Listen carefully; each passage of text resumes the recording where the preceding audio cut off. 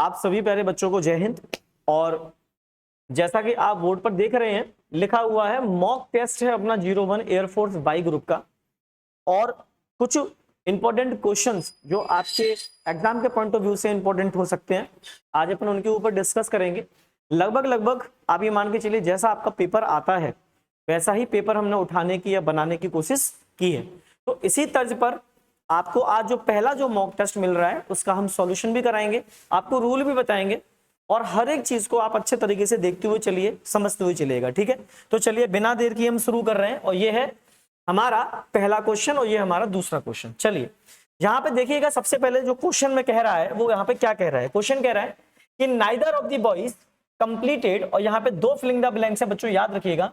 Homework यहाँ पे लिखा है neither of the boys dash completed dash homework. मैं आपको एक चीज बता देता हूं, ये रूल अगर आपको कभी भी देखने को मिल जाए, इस तरीके से कभी भी देखने को मिल जाए, आपको याद रखना है। क्या याद रखना है कि यहाँ पे ये जो ऑफ नजर आ रहा है, इस ऑफ को ध्यान से देखें, ये जो ऑफ नजर आ रहा है इसका मतलब होता है मैं से। याद रखिएगा मतलब क्या होता है इसका, मैं से। अब इसमें दो आपको मैं वर्ड बता रहा हूं, एक है इसमें आइदर और एक है इसमें नाइदर। याद रखिएगा इन दोनों का यूज जब भी आप करते हैं तो दो के लिए करते हैं। किसके लिए करते हैं? केवल दो के लिए। दो व्यक्ति हो, वस्तु हो, अन्य हो, कोई भी हो, दो होने चाहिए। ठीक है, लेकिन जब भी ये दो के लिए यूज होते हैं, होते तो दो के लिए यूज है, लेकिन हमेशा डिक्लेयर करते हैं एक आदमी को, हमेशा डिक्लेयर करते हैं किसी ना किसी एक व्यक्ति को। आइए पढ़ते हैं, क्योंकि इसका जो मतलब है वो है या तो या, और इसका जो मतलब है वो है ना तो ना। ठीक है, मान लो भाई मेरे पास दो आदमी हैं ए और बी, तो मैं कह रहा हूं या तो ए या बी, ना तो ए ना बी। बात समझ में आ गई? तो एक ही व्यक्ति हो जाता है। तो बॉयज यानी कि लड़कों में से ना तो ए ना बी, ये कहने का मतलब है यानी एक की बात हो रही है। जब एक की बात होती है तो यहां पे हम यूज करते हैं सिंगुलर हेल्पिंग वर्ब या वर्ब, सिंगुलर। तो इसमें देखो ढूंढो, इसमें सिंगुलर कौन सा है। ये तो प्लूरल हो गया, कट गया। देखो ये भी प्लूरल हो गया, ये भी कट गया, और ये भी प्लूरल हो गया, ये भी कट गया। Option number B is the correct answer. हमारा राइट आंसर हमको ऑटोमेटिकली मिल गया, ऑप्शन नंबर बी। कौन सा हो गया? बी। यानी यहां पे आएगा हैज और यहां पे आएगा हिज। ये मेरा सेंटेंस हो गया खत्म। इतनी बात समझ में आ गई? बहुत सिंपल, बहुत सिंपल। आपको बिल्कुल कॉन्सेप्ट के साथ बताऊंगा। क्या बताया मैंने आपको? दो वर्ड होते हैं, एक आइदर एक नाइदर। आइदर का मतलब या तो या तो ए या बी, एक ही की बात करेगा। नाइदर का मतलब ना तो ए ना तो बी, यानी एक ही की बात करेगा। लड़कों में से ना तो ये ना ये, समझ में आ गया? तो सिंगुलर हो गया, तो सिंगुलर चाहिए helping verb. Singular helping verb एक ही में थी, ऑप्शन नंबर बी में। बात करते हैं क्वेश्चन नंबर 2 की। ध्यान से देखिए question number 2, she has been living in Delhi. भाई वो दिल्ली में रह रही है। कब से रह रही है? 2020 से रह रही है। तो याद रखिएगा इसमें राइट आंसर है ऑप्शन नंबर सी। आपको दो वर्ड आपको देखने को मिलेंगे, एक है सिंस और एक है फोर। सिंस का यूज कहां कहां करना है हमको? निश्चित समय के लिए करना है। किसके लिए करना है? निश्चित समय, निश्चित समय। और ये किसके लिए करना है भाई? अनिश्चित समय के लिए करना है। इसका यूज कहां करेंगे? अनिश्चित समय के लिए करेंगे।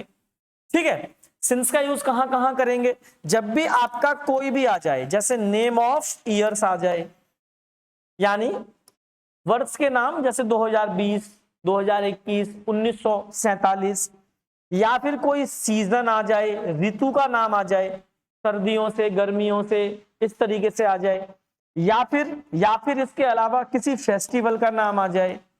किसका नाम आ जाए? फेस्टिवल। फेस्टिवल का मतलब त्योहार का नाम आ जाए, ईद से, होली से, दिवाली से, है ना, इस तरीके से कोई नाम आ जाए, सिंस लगाते हैं बेटा अपन। याद रखना सिंस लगाएंगे अपन। अच्छा और क्या आ जाए? इसके अलावा क्या आ सकता है? बचपन से, ये भी आ सकता है, बचपन से, मेरी छोटी बहन की शादी से, मेरे बड़े भाई की शादी से। ये सारी की सारी चीजें सिंस में जाती है, निश्चित समय को दिखाती है। दोनों का जो मीनिंग होता है वो होता है से। ठीक है, 2020 से। अच्छा बाकी के जो बच गए वो सब फोर में चले जाते हैं। जितने भी बच जाएंगे सब फोर में, 1 घंटे से, 2 घंटे से, घंटों से, महीनों से। अब कौन से वाले महीनों से पता नहीं, पर तुमने ये कह दिया कि जुलाई से सिंस आएगा, सिंस आएगा। और तुमने कहा महीनों से, कौन से महीने से? 3 महीनों से, कौन से वाले? 4 आएगा। महीने का नाम ले लिया तो सिंस आएगा। तुमने कहा दिनों से, कौन से वाले दिन? 4 आएगा। 5 दिनों से 4 आएगा। 1 दिन से 4 आएगा। और तुमने कहा सोमवार से, सिंस आएगा। समझ में आ गया? तो इसका बिल्कुल सिंपल कॉन्सेप्ट है, ये याद रखना आप। आ जाओ क्वेश्चन नंबर 3 और 4। बेटा क्वेश्चन नंबर 3 और 4 को अच्छे तरीके से देख लेना और समझ लेना, ठीक है। यहां पे देखो बेटा क्या लिखा आ रहा है, वुड प्लस B1। क्या लिखा आ रहा है? Would plus B1। तो इसका एक सिंपल सा रूल मैं आपको बता देता हूं, ध्यान से देखना, ध्यान से समझना। भाई 2 रूल चलते हैं पास्ट केस में। कौन से केस में? पास्ट केस में इफ के 2 रूल चलते हैं। इफ के रूल बता रहा हूं मैं आपको, 2 रूल चलते हैं बेटा। तो पहला जो रूल है वो क्या है?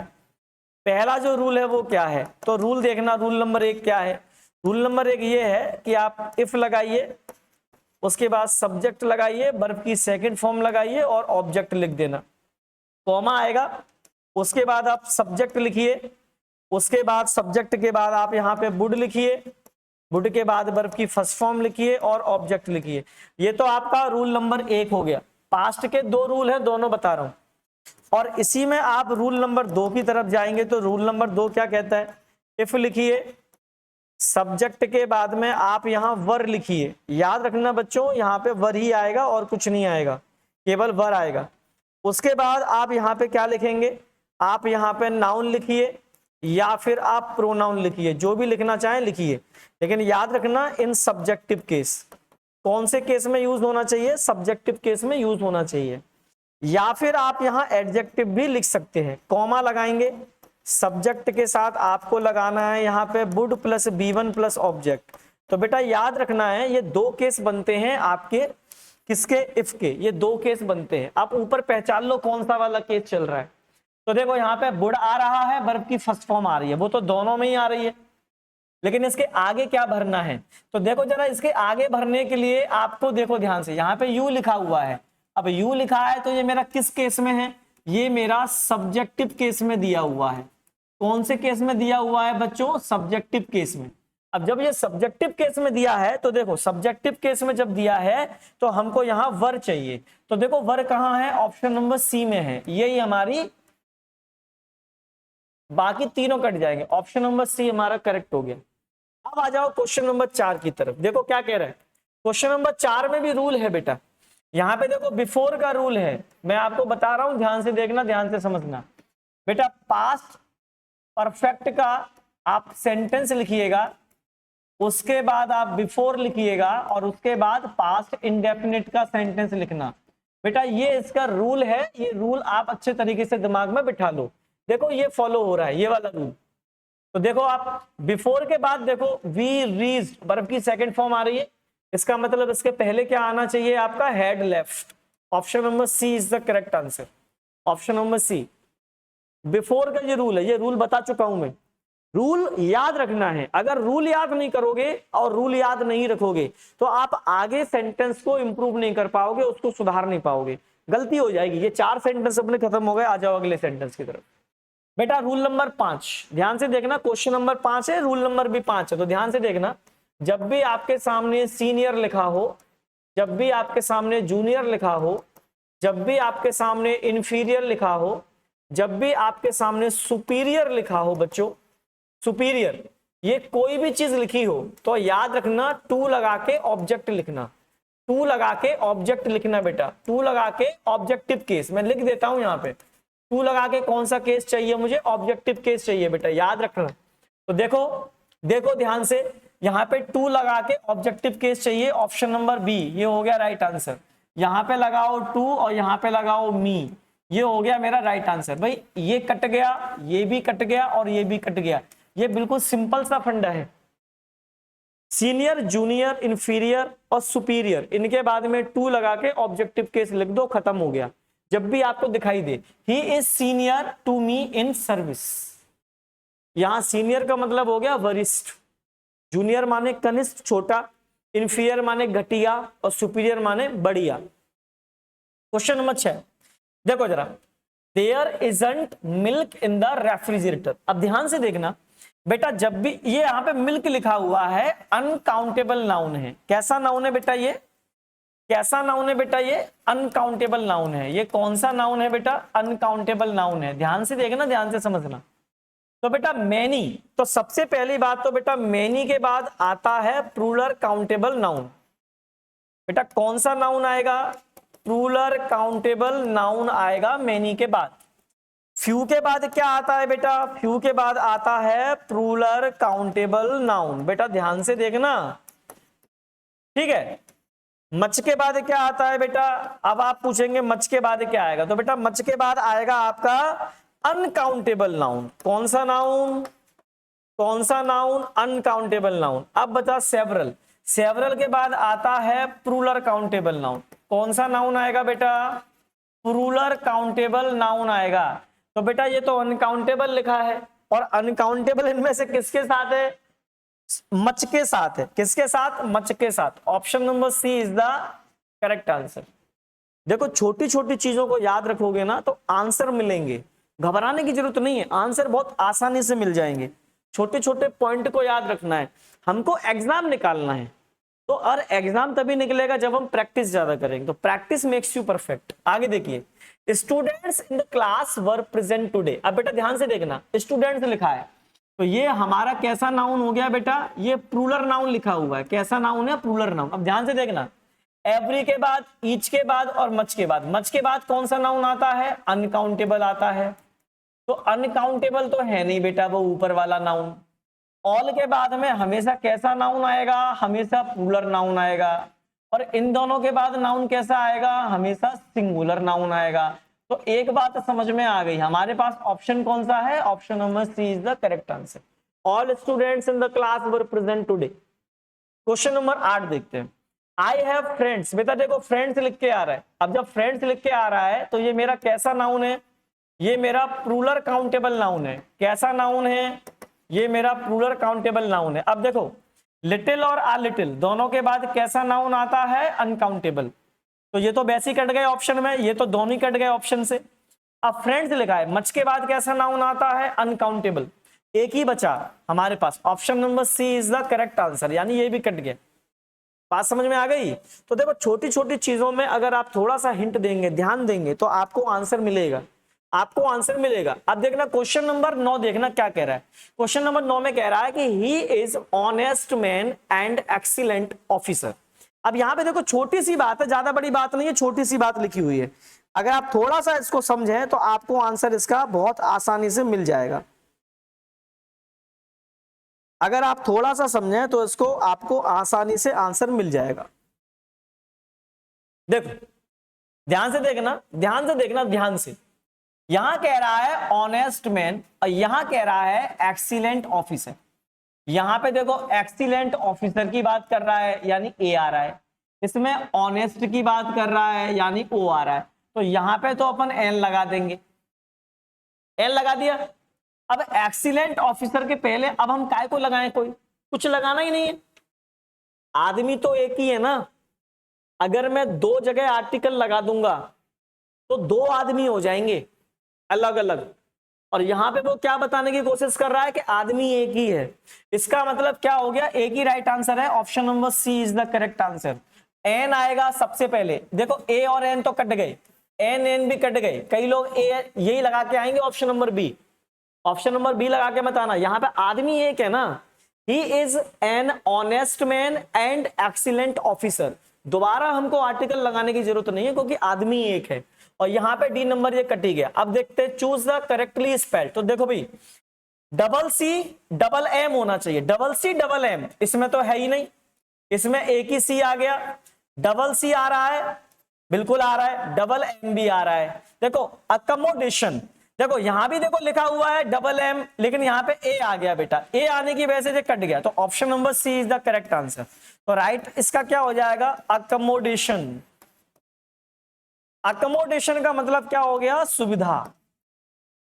क्या मतलब हो गया? सुविधा। ठीक है, तो इसका right answer option number C. आगे बढ़ते हैं।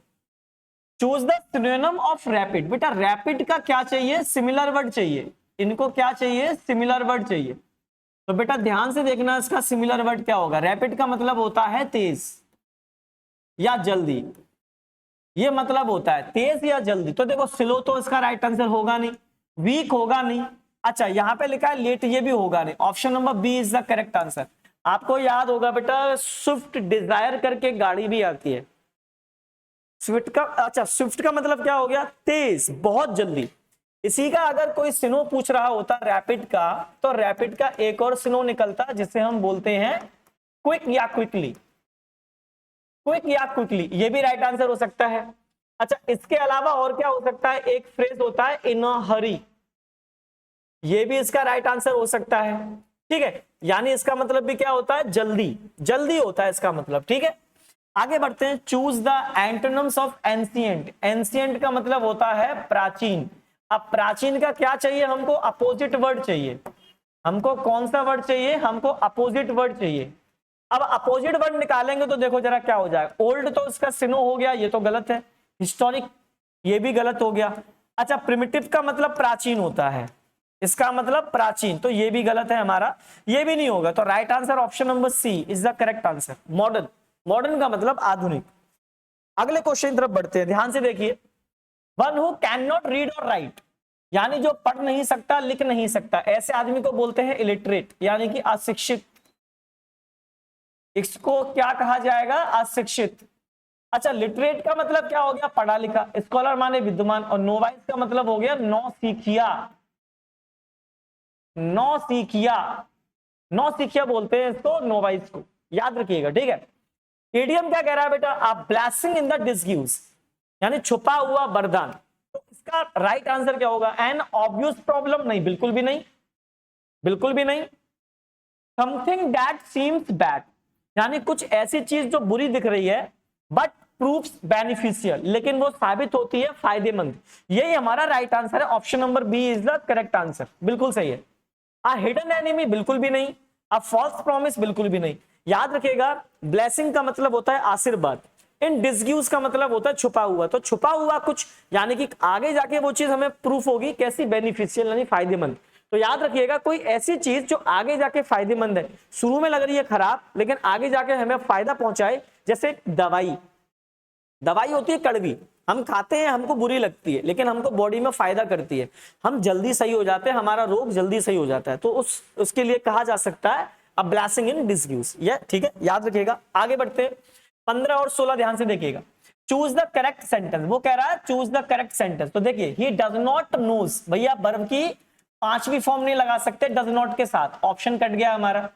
ही नेवर नो मी, बेटा यहाँ पे पांचवी फॉर्म होनी चाहिए थी, तो ये राइट आंसर कुछ ऐसे हो जाता। देखो इसका राइट आंसर क्या होना चाहिए था, इसका होना चाहिए था ही डज नॉट नो मी, ये होना चाहिए था, जो कि है नहीं।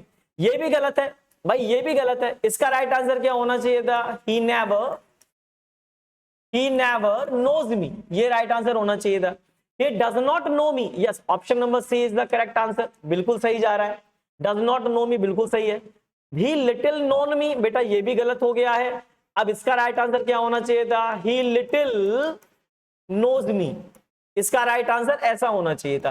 देखो ये तीनों ऐसे सही हो सकते थे लेकिन जो गलत लिखे हैं, तो इसका right answer option number C होगा, क्योंकि यही एक सेंटेंस है जो बिल्कुल सही लिखा हुआ है।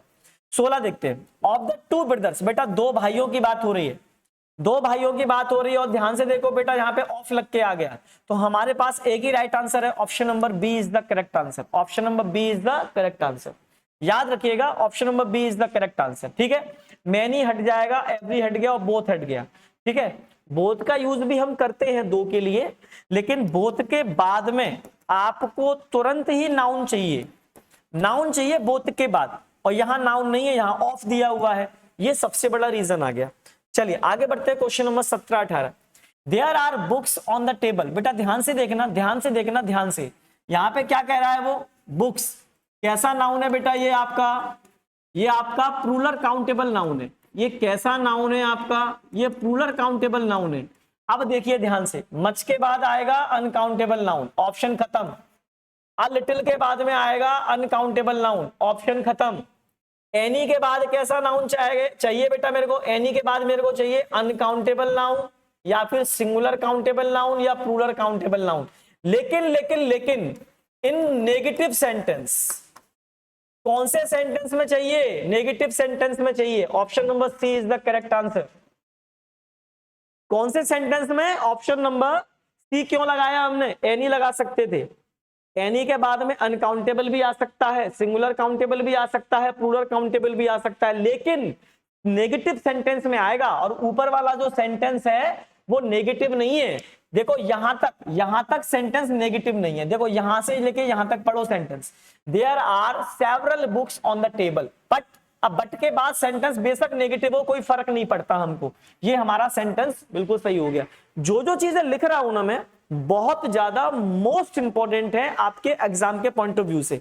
तो याद रखिएगा, इनको किसी भी तरह से आप इनको हल्के में मत लेना। हल्के में ले लिया भाई, काम खत्म हो जाएगा बहुत बुरी तरीके से। जो भी कॉन्सेप्ट समझा रहा हूं, आप चाहो तो उसको नोट डाउन कर लेना, बार बार वीडियो देखिए, बार बार आप उसको समझिए, वो ज्यादा बेटर होगा। Choose the word nearest in the meaning to brave. बेटा ब्रेव का हमको सबसे नजदीकी मीनिंग बताना है। तो ब्रेव का मतलब होता है बहादुर। अब यहां पे लिखा है कावर्डली, जहां पे लिखा है कावर्डली, ये तो होगा नहीं, कायर, ये तो है ही नहीं इसका nearest meaning. Courageous, yes, option number B is the correct answer. Courageous का मतलब क्या होता है बेटा? साहस, यस, साहसी, करेजियस, यानी कि साहसी या साहस, आप इनमें ये लिख सकते हो। करेज माने साहस होता है, वैसे साहसी। टिमिड का मतलब हो गया बेटा डरपोक। इसका मतलब क्या हो जाएगा? डरपोक। टिमिड का मतलब क्या हो गया? डरपोक, टिमिड। नर्वस का मतलब, ये नर्वस भी नहीं होगा। नर्वस का मतलब क्या हो गया? एक तरीके से बोल सकते हो आप इसे भी, नर्वस का मतलब हो गया एक तरीके से घबराहट, घबराना एक तरीके से, यानी कि घबराना, एक तरीके से घबराना या घबराहट। ठीक है, तो हमारा इसमें राइट आंसर कौन सा हो जाएगा? Option number B is the correct answer. आ जाओ अगले क्वेश्चन तरफ चलते हैं। He succeeded. बेटा ध्यान से देखना, बहुत अच्छे से देखना, ये बहुत इंपॉर्टेंट रूल है। यहां पे आपको मैं सबसे पहले बता दूं कि सबसे पहले बिकॉज लिखा है, तो बिकॉज के बाद मुझे क्या चाहिए? सब्जेक्ट चाहिए, हेल्पिंग वर्ब चाहिए, मुझे वर्ब चाहिए और ऑब्जेक्ट चाहिए। देखो मिल नहीं रहा मुझे, कहीं भी दूर दूर तक नहीं मिल रहा, तो बिकॉज हमारा राइट आंसर नहीं हो सकता।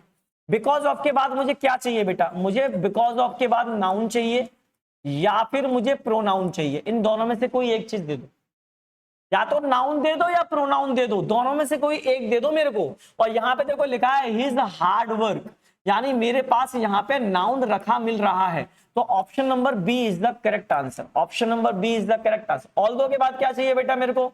मेरे को ऑल दो के बाद सब्जेक्ट चाहिए, हेल्पिंग वर्ब चाहिए, वर्ब चाहिए और ऑब्जेक्ट चाहिए। तो ये भी ऑप्शन कट गया। डिस्पाइट ऑफ के बाद मेरे को क्या चाहिए बेटा? इसके बाद में मुझे चाहिए सीधा सीधा, या तो नाउन चाहिए या फिर प्रोनाउन चाहिए। लेकिन बेटा याद रखना, ये हमेशा नेगेटिव अर्थ देता है। ये हमेशा कैसा अर्थ देता है? नेगेटिव। इसका मतलब क्या हो गया? के बावजूद, के बावजूद। इसका मतलब क्या हो गया? के बावजूद, डिस्पाइट ऑफ। समझ में आ गया? वैसे मैं आपको बता दूं कि डिस्पाइट के साथ कभी हम ऑफ नहीं लगाते। होता क्या है? ये होता है इन स्पाइट। होता क्या है? ये इन स्पाइट ऑफ होता है। क्या होता है? इन स्पाइट ऑफ होता है। अच्छा, दूसरा कौन सा होता है आपका? एक होता है D spite. D spite, D spite के साथ अगर ऑफ लग के आ गया है, आप समझ जाइएगा बच्चों कि ये गलत है। कभी भी ऑफ नहीं लगाते, हमेशा इन स्पाइट ऑफ होता है। तो ये वैसे ही हमारा गलत हो गया, कट गया। अब आ जाओ अगले क्वेश्चन की तरफ चलते हैं। लास्ट क्वेश्चन है ये। क्या कह रहा है last question? Choose the correct use of determiner, यानी कि हमको डिटर्मिनर चूज करना है। बिल्कुल सही। कहां लिखा हुआ है? आओ पढ़े। देखो सबसे पहली बात तो ईच की कहानी, ईच हो चाहे एवरी हो, ईच हो चाहे एवरी हो, इन दोनों के साथ हमको चाहिए सिंगुलर काउंटेबल नाउन। कौन सा नाउन चाहिए बच्चों?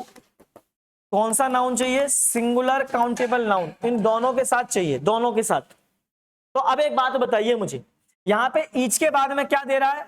स्टूडेंट्स। ऑप्शन कट गया, खत्म, खेल ही खत्म, खेल खत्म, क्योंकि मुझे सिंगुलर नाउन चाहिए।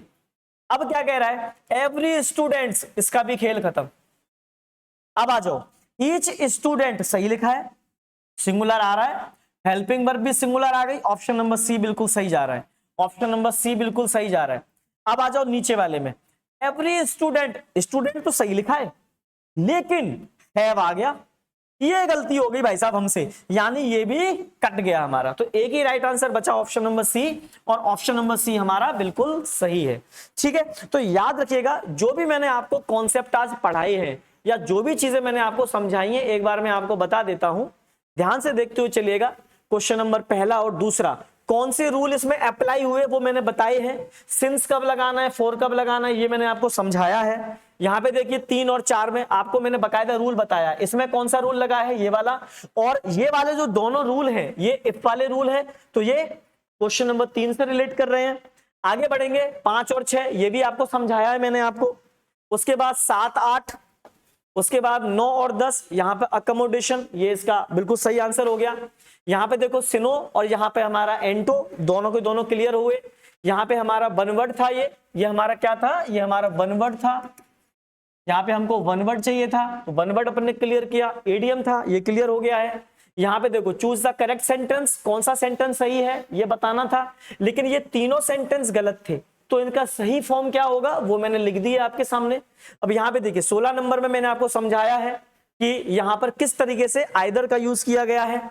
17 और 18 यहाँ पे जो भी रूल था वो आपके सामने लिखा हुआ है, और ये हमारा लास्ट क्वेश्चन थे जो दोनों हमने क्लियर किए हैं। यहाँ पे ईच और एवरी के साथ कौन सा कॉन्सेप्ट हम यूज कर रहे हैं उसके आधार पर हमने सेंटेंस सही किया है। ठीक है, मिलते हैं आपसे अगली क्लास में। आप सभी का धन्यवाद, जय हिंद।